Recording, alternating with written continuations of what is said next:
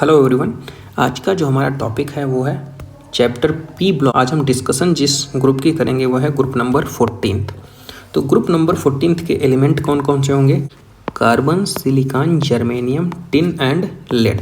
तो ये सारे मेंबर्स किस में आएंगे? ग्रुप नंबर 14 में। यहाँ पे बात करते हैं ग्रुप नंबर 14 के एलिमेंट किस फॉर्म में प्रेजेंट रह सकते हैं। तो कोल, ग्रेफाइट एंड डायमंड के फॉर्म में रहते हैं। और अगर कार्बन डाइऑक्साइड की बात करते हैं तो 0.03% एटमॉस्फेयर में पाई जाती है। यहाँ पे आइसोटोप दिए गए हैं कार्बन के, तो कार्बन 12, कार्बन 13 और कार्बन 14। जो कार्बन 14 जो होता है ना वो रेडियो एक्टिव आइसोटोप होता है और इसकी टी हाफ लाइफ कितनी होती है? 5770 ईयर, 5770 से याद कर सकते हैं। क्लियर।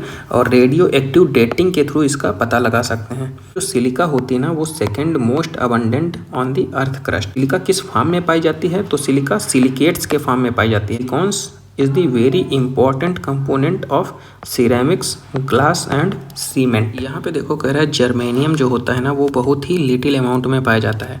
और टिन किस फॉर्म में पाई जाती है? तो tin as cassiterite, SnO2, as galena.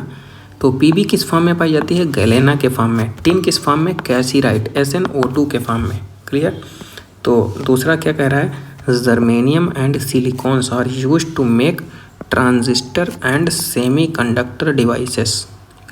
किसका? सिलिकॉन एंड जर्मेनियम का यूज किया जाता है सेमीकंडक्टर्स और ट्रांजिस्टर का फॉर्मेशन करने के लिए। नेक्स्ट यहाँ पे कह रहा है इलेक्ट्रॉनिक कॉन्फ़िगरेशन। तो इलेक्ट्रॉनिक कॉन्फ़िगरेशन NH2Np2 होगा क्योंकि हम 14th ग्रुप के एलिमेंट की बात कर रहे हैं। Covalent radius carbon, silicon, germanium, Sn and Pb। Similar sequence रहता है ऐसे ही।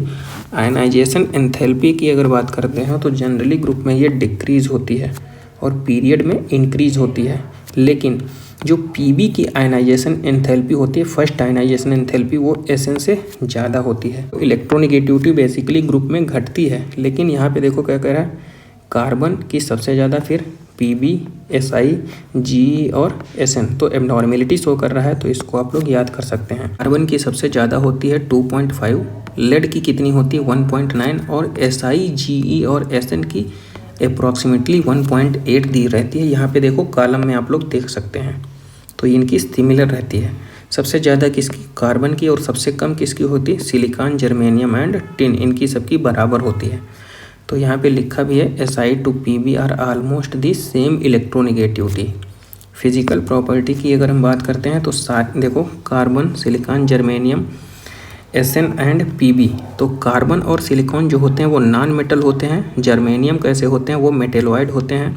और Sn और Pb जो होते हैं सॉफ्ट मेटल होते हैं with low melting point. Next यहाँ पे अगर हम आयनाइजेशन एंथैल्पी की बात करते हैं तो फर्स्ट आयनाइजेशन एंथैल्पी देखो carbon, silicon, germanium, Pb and Sn। Second में ये सीक्वेंस है और थर्ड में ये सीक्वेंस, ये कॉलम के अकॉर्डिंग दिया गया है, इसको याद कर लीजिए आप। नेक्स्ट यहाँ पे देखो मेल्टिंग पॉइंट सिमिलर रहता है, carbon, silicon, germanium, Sn and Pb। और बॉइलिंग पॉइंट की अगर बात करते हैं तो silicon, germanium, Sn and Pb। Chemical properties की अगर हम बात करते हैं तो देखो सबसे पहले कह रहा है एलिमेंट जो होंगे +4 और +2 ऑक्सीडेशन स्टेज में मिलेंगे हमको। Carbon can also exhibit negative oxidation state. Clear. Compound in 4 oxidation stage are generally covalent. जिनमें +4 होगा वो the heavier member the tendency to show +2 oxidation stage. और यहाँ पे देखो क्या लिखा है? Carbon and silicons mostly show +4 oxidation state. Germanium form stable compound. Germanium +4 में स्टेबल होता है और वेरी फ्यू कंपाउंड +2 में स्टेबल होते हैं। जैसे कार्बन और सिलिकॉन +4 शो करेंगे, जर्मेनियम +2 और +4। क्लियर। Sn जो होगा +2 में अगर होगा वो रिड्यूसिंग एजेंट की तरह वर्क करेगा। और लेड जो होगा +2 और +4 में होगा, +2 में रिड्यूसिंग एजेंट और +4 में जो होगा वो ऑक्सीडाइजिंग एजेंट की तरह बिहेव करेगा। Carbon can not exceed its covalency more than 4। Carbon की कोवेलेंसी जो होगा 4 से ज़्यादा नहीं हो सकती है। क्यों? क्योंकि due to absent of d orbital. यहाँ पे कुछ एग्जाम्पल लिखेंगे जैसे स्पीसीज SiF6-2, GeCl6-2, SnOH की होल 6-2 एग्जिस्ट। इनमें क्या हाइब्रिडाइजेशन पाया जाएगा? sp3d2। ये ऊपर हमने यहाँ पे लिख दिया है। यहाँ पे कुछ ऑक्साइड दिए गए हैं जिनका नेचर न्यूट्रल होगा, जैसे कार्बन मोनोऑक्साइड CO न्यूट्रल होगा, एसिडिक कौन से होंगे? कार्बन डाइऑक्साइड SiO2 और GeO2 ये एसिडिक नेचर के होंगे। और एम्फोटेरिक कौन से होंगे? जो एसिडिक और बेसिक दोनों की तरह बिहेव करेंगे। SnO2 और PbO2 ये एम्फोटेरिक होंगे। और एक साथ हम लिखा दे रहे हैं CONO N2O ये न्यूट्रल ऑक्साइड होते हैं। क्लियर? तो यहाँ पे कार्बन से रिलेटेड हम ग्रुप पढ़ रहे हैं तो कार्बन मोनोऑक्साइड CO लिखा है ना, ये न्यूट्रल ऑक्साइड होगा। Reactivity towards water. टिन जो होता है decompose steam to form dioxide and hydrogen gas. Lead जो होता है अनइफेक्टेड बाय वाटर। क्यों? लेड के सराउंडिंग जो होती है एक ऑक्साइड की लेयर का फॉर्मेशन हो जाता है, इसीलिए अनइफेक्टेड रहता है वाटर से रिएक्ट नहीं करता है। Reactivity towards halogen. हाइलाइट्स का फॉर्मेशन होगा कौन कौन से? MX2 और MX4 टाइप के हाइलाइट का फॉर्मेशन करेगा। MX4 के जो हाइलाइट होते हैं वो कोवेलेंट होगा और sp3 हाइब्रिडाइज रखेंगे। SnF4 और PbF4 जो होंगे वो आयनिक नेचर के होंगे। PbI4 जो होगा वो नॉट एग्जिस्ट नहीं करेगा। देखो क्या लिखा है, मोस्ट ऑफ दी MX4 जो होते हैं कोवेलेंट नेचर के होंगे, sp3 हाइब्रिडाइज होंगे। SnF4 एंड PbF4 वो आयनिक नेचर के होंगे। PbI4 जो होता है वो एग्जिस्ट नहीं करेगा। क्यों? PbI bond initially formed during the reaction does not release enough energy to unpaired 6s2 electron, इसलिए यहाँ पे PbI4 एग्जिस्ट नहीं करता है। हैवियर मेंबर जो होते हैं Ge से लेकर के Pb तक तो MX2 टाइप का हाइलाइट बनाएंगे। Ge4 is more stable then GeX2, मतलब कि PbX2 जो होता है मोर होता है स्टेबल PbX4 से। स्टेबिलिटी का ऑर्डर यहाँ पे लिखा है GeX4 GeX2 से ज़्यादा स्टेबल होता है, लेकिन Pb के केस में क्या होता है, PbX2 वाला ज़्यादा स्टेबल हो जाता है PbX4 से। Carbon so allotropic form due to. कौन कौन सी प्रॉपर्टी होती हैं जिसकी वजह से कार्बन जो होता है एलोट्रोपिक फॉर्म शो करता है? एक तो पहली प्रॉपर्टी क्या है, कैटिनेशन की। दूसरी है p-pi बॉन्ड फॉर्मेशन की। इसकी वजह से जो होता है कार्बन एलोट्रोपिक फॉर्म को शो करता है। नेक्स्ट देखो यहाँ पे SiCl4 की रिएक्शन वाटर के साथ कराएंगे तो SiOH4 का फॉर्मेशन हो जाएगा। क्लियर? तो ये सिलिसिलिक एसिड ही है। SiF6-2 is non where SiCl6-2 is not. इसका फॉर्मेशन क्यों नहीं होता है? क्योंकि स्मॉल साइज होता है सिलिका का और क्लोरीन का जो पार्टिकल होता है लार्ज साइज रखता है। देखो 6 large chloride ion can not be accommodated around Si4+ due to limitation of their size. तो ये रीज़न हो गया। तो देखो क्या कह रहा है, carbon form p-pi bond with atom have small size high electronegativity. Heavy element does not form p-pi। तो लाइट एलिमेंट जो होता है जैसे कम तो वो p-pi बॉन्ड का फॉर्मेशन करेंगे। नेक्स्ट देखो वही लाइन लिखी है, heavier elements do not form p-pi bonding.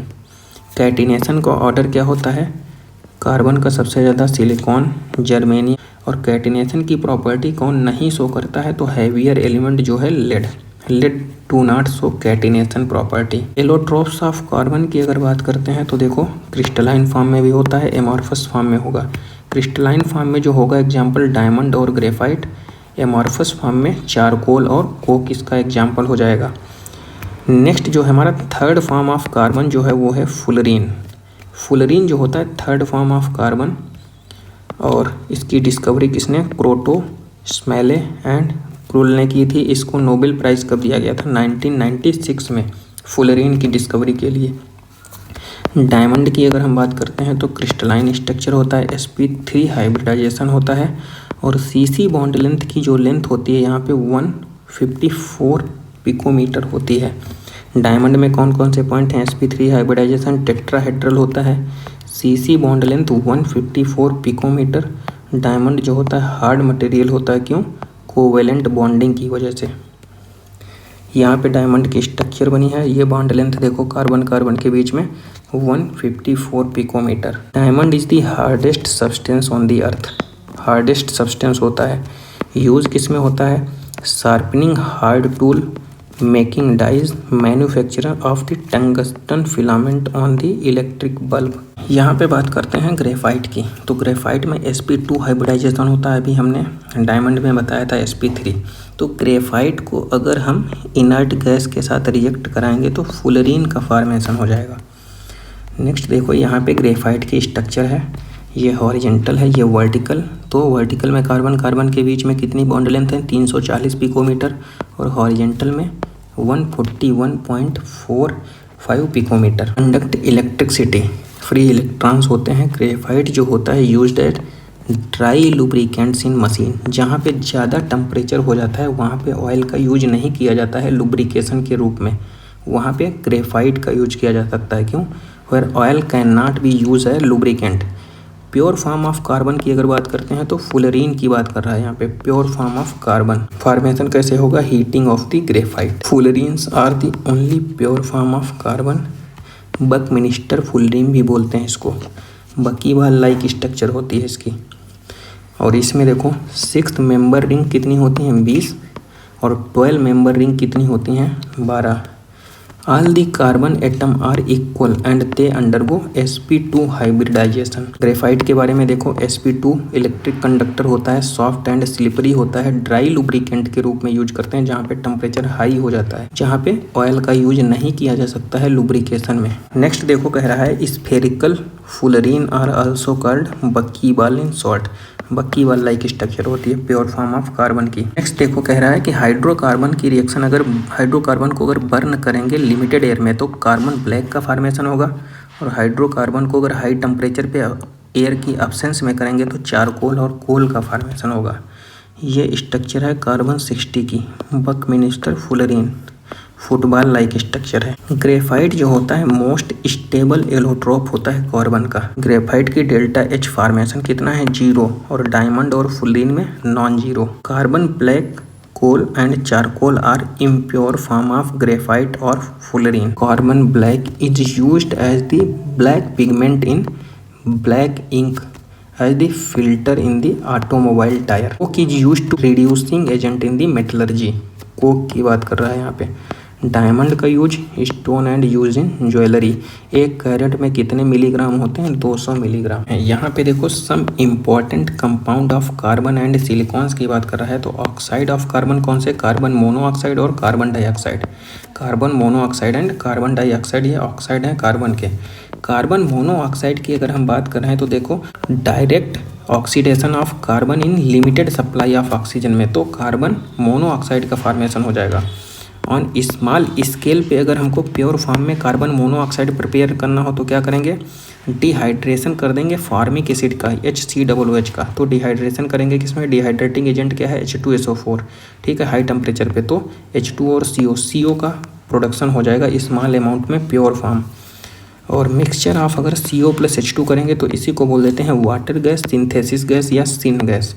तो CO + H2 जो होता है वाटर गैस, सिन गैस या सिंथेसिस गैस का फार्मूला है। यहाँ पे अगर स्टीम को अगर हॉट कोक पे एक्ट कराएंगे, जैसे स्टीम है ये और कोक है, तो करेंगे हाई टेम्परेचर पे तो वाटर गैस का फॉर्मेशन होगा CO + H2। इसी को बोल रहे हैं सिंथेसिस या सिन गैस।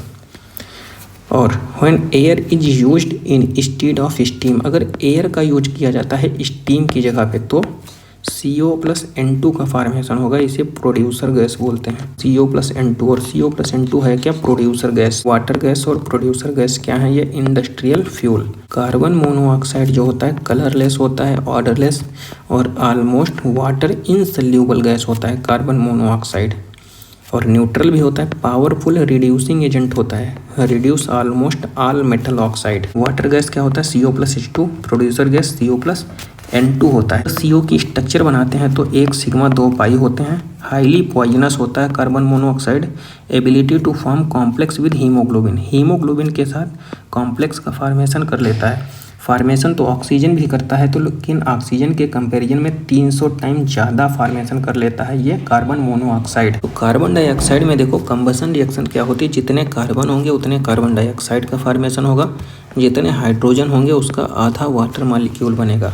लेबोरेटरी में अगर हमको कार्बन डाइऑक्साइड का प्रिपरेशन करना हो तो ये रिएक्शन है, कैल्शियम कार्बोनेट को हम HCl के साथ रिएक्ट कराएंगे तो कार्बन डाइऑक्साइड प्रिपेयर हो जाएगी। और कमर्शियल स्केल पे अगर प्रोडक्शन कराना हो तो हीट करेंगे लाइमस्टोन को। लाइमस्टोन का फार्मूला क्या है? Calcium carbonate. कार्बन डाइऑक्साइड का एबंडेंस कितना होता है? 0.03% होता है एटमॉस्फेयर के अंदर। कार्बन डाइऑक्साइड की बात कर रहा है। फोटोसिंथेसिस की इक्वेशन क्या होती है? 6CO2 + 12H2O। इसका HNO की प्रेजेंस में, मतलब कि अल्ट्रावायलेट रेडिएशन की प्रेजेंस में क्लोरोफिल जब रहता है तो वहाँ पे क्या होता है? ग्लूकोज का फॉर्मेशन कर लेगा, ऑक्सीजन निकलेगी और वाटर का फॉर्मेशन हो जाएगा। तो दिस प्रोसेस प्लांट में होता है कहाँ पे? क्लोरोप्लास्ट के अंदर। तो ग्रीन हाउस गैस इफेक्ट में क्या होता है? जब ज़्यादा सनलाइट होती है तो अर्थ का टेम्परेचर जो होता है वो बढ़ जाता है CO2 की वजह से। तो देखो, rise the temperature of atmosphere, तो इसे बोल देते हैं ग्रीन हाउस इफेक्ट। यहाँ के लिए हम कार्बन डाइऑक्साइड की बात करते हैं तो देखो, solid in the form of dry ice. Dry ice use किस फॉर्म में करते हैं? Refrigerant for ice cream and frozen fruit के फॉर्म में। फ्रोजन फूड के फॉर्म में ड्राई आइस को यूज करते हैं, ठीक है। सॉलिडिफाइड रहती है, आपने रेफ्रिजरेटर में देखा भी होगा। Use as fire extinguishers, clear, आग बुझाने वाली सिलेंडर टाइप का, उसमें भी यूज करते हैं। मैन्युफैक्चर ऑफ यूरिया, यूरिया के फार्मेशन में भी यूज करते हैं CO2 की। तो CO2 में हाइब्रिडाइजेशन कितना होगा? sp हाइब्रिडाइजेशन, p-p बॉन्डिंग होती है, क्लियर।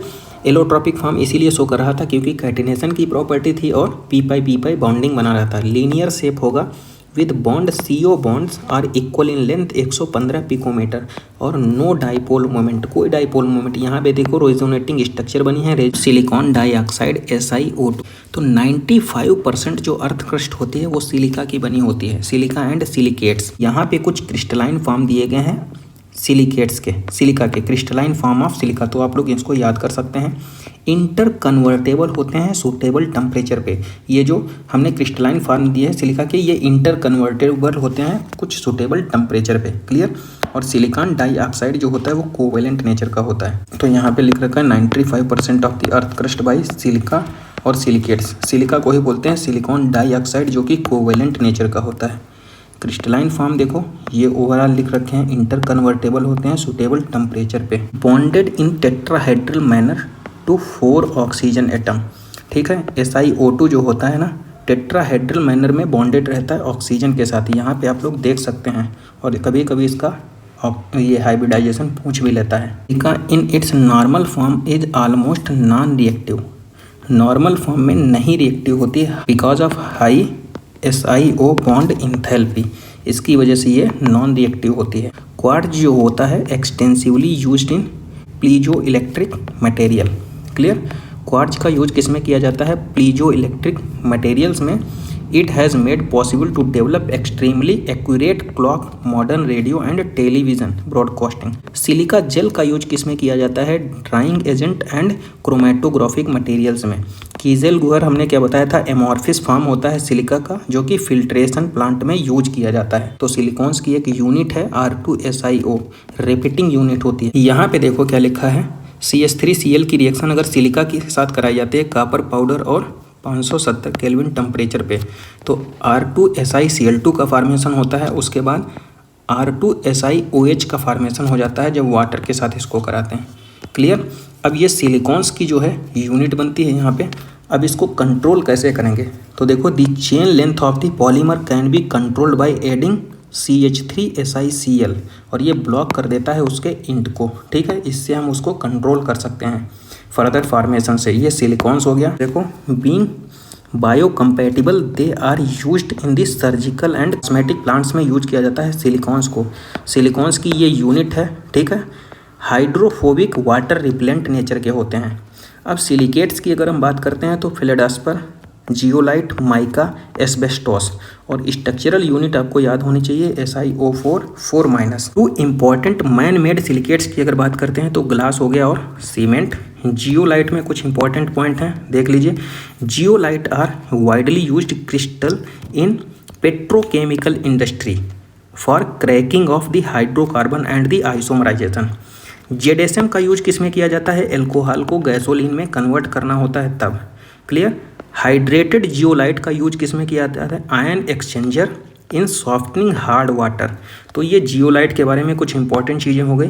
एल्कोहल को गैसोलीन में कौन कन्वर्ट करता है? जेडेसम। आई होप आपको ये वीडियो लेक्चर अच्छा लगा होगा, और अगर इस लेक्चर से रिलेटेड कोई भी क्वेरी है तो कमेंट बॉक्स में ज़रूर कमेंट कीजिए और अच्छे से पढ़ते रहिए। इसको पढ़ने के बाद आप लोग क्वेश्चंस की प्रैक्टिस करते रहिए। Thank you.